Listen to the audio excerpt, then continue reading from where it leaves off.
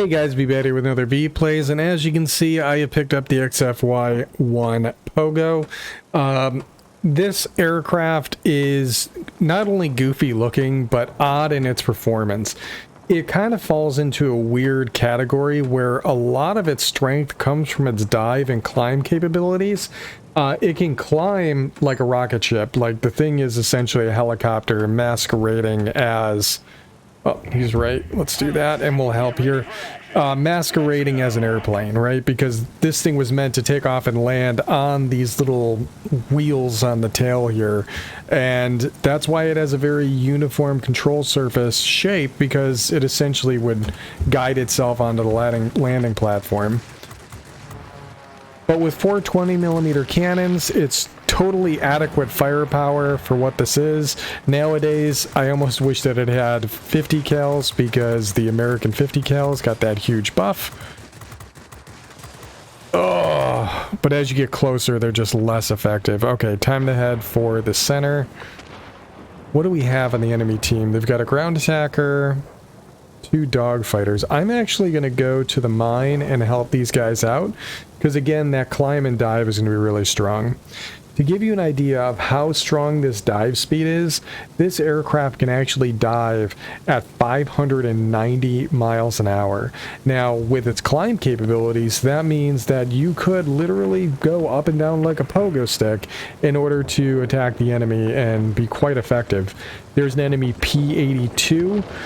We're going to go ahead and dive on this guy. He thinks he has the advantage. As long as I can keep his machine guns from getting on me, I think we can give him a bit of a rough time. Obviously, the P-80 with a machine gun, P-82 with a machine gun buff is quite a dangerous platform, but if we can take him out before he can hurt any of my allies too bad. Let's get some extra firepower on this guy. Okay, hopefully our ally can give him a bit of a pounding now. We got a human controlled. I trust he'll be able to take that guy out. He did not take that guy out. Okay, we'll have to start securing more kills, I guess.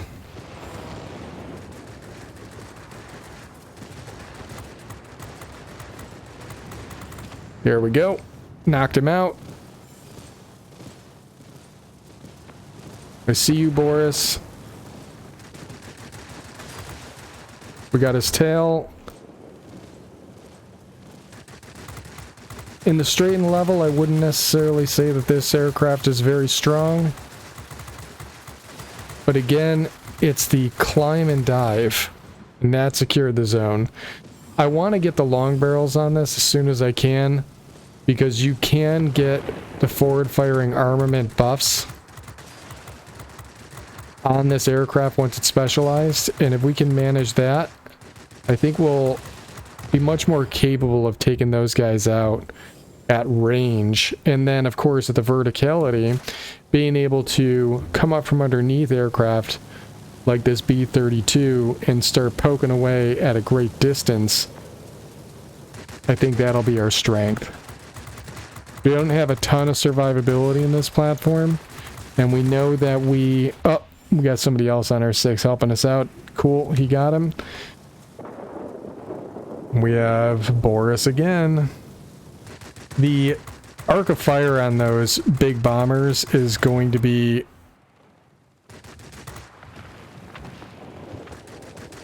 to the sides and the rear, not so much from underneath and above. So if you can take advantage of that vertical approach, you can do some serious work. Maintaining this mine actually counts as 2 zones.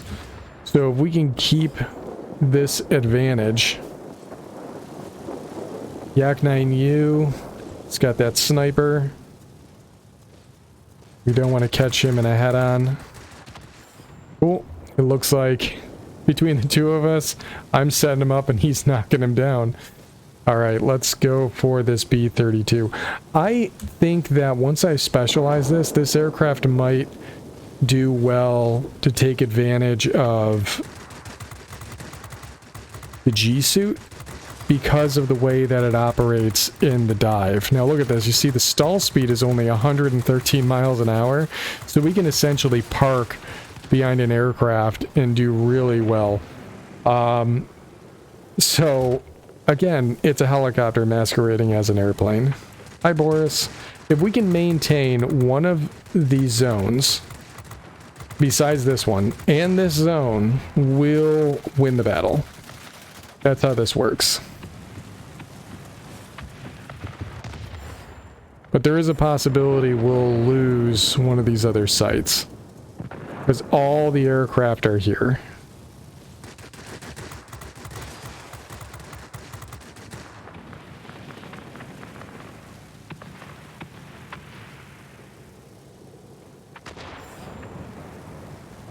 What can I do here?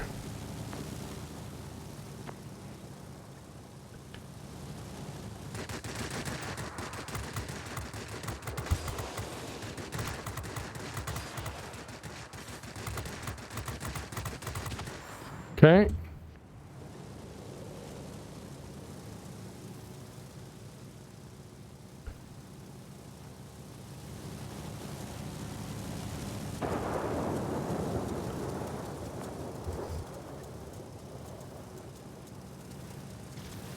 I ambush predator. This guy isn't looking. Long barrels would have been handy here. That was a good kill.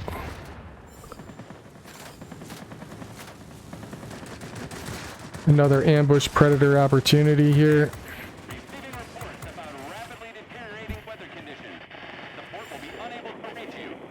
We do have a heavy on our 6 now. It's the P-82. Large enemy force spotted over the airfield.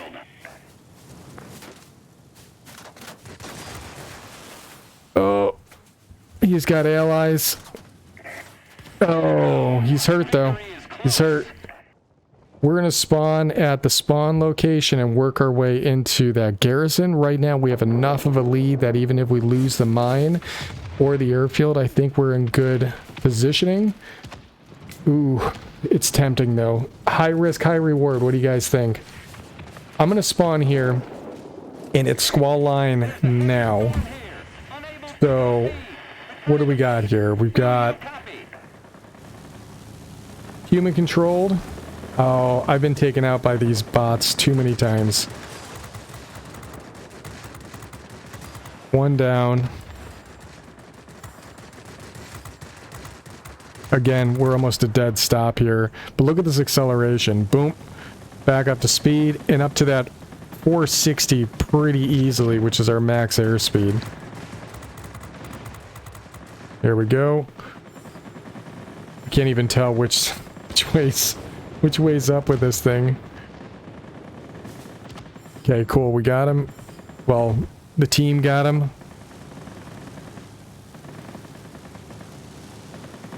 Oh, that's my ally. I normally say a friend in need isn't your friend. He drug him away though. Well, we got Hero the Sky. I don't know who I'm typing to. I don't have a partner. There we go. So we got him a Campbell, and we also got the Akamatsu and the Conqueror and a hat trick, which is always good.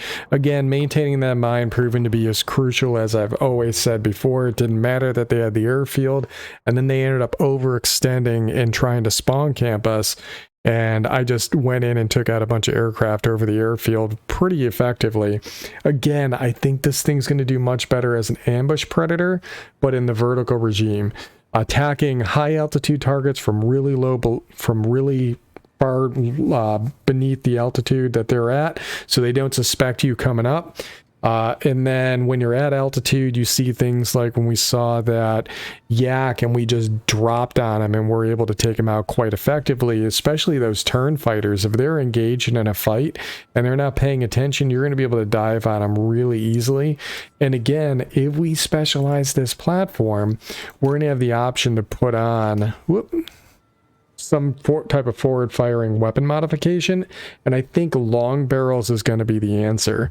Now, whether or not I decide to keep the gyroscopic sight or go with a G-suit, that's really where my question's going to come in, because we're going to find ourselves exceeding that 429 mile per hour max optimal quite often.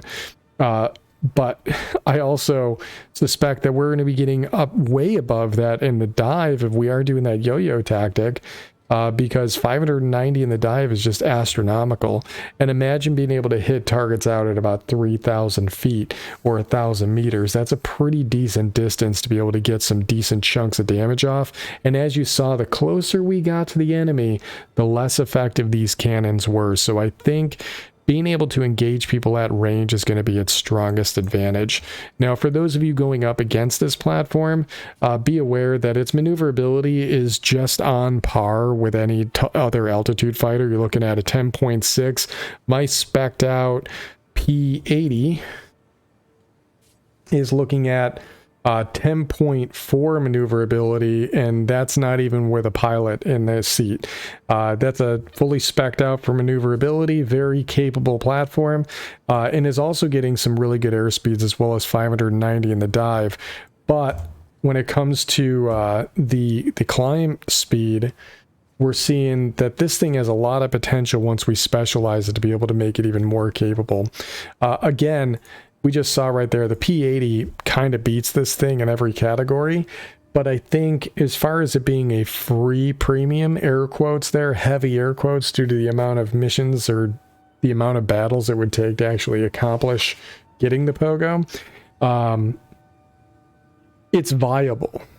But I wouldn't go out of your way to try and get a Pogo. I wouldn't invest your own funds into getting this thing, and I certainly wouldn't sacrifice any valuable family time for it.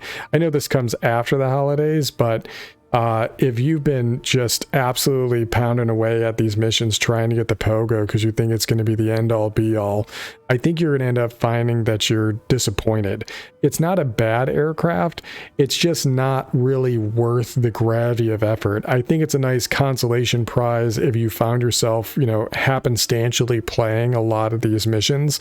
Really, if you were going to be grinding anything on this candy cane trail or whatever we're calling it, the holiday maneuvers, what you really should be gunning for is just these first few. The first half is pretty easy to come by. I forget how many it was. It might have been like 100 battles or something like that in order for you to be able to pick up this Curtis.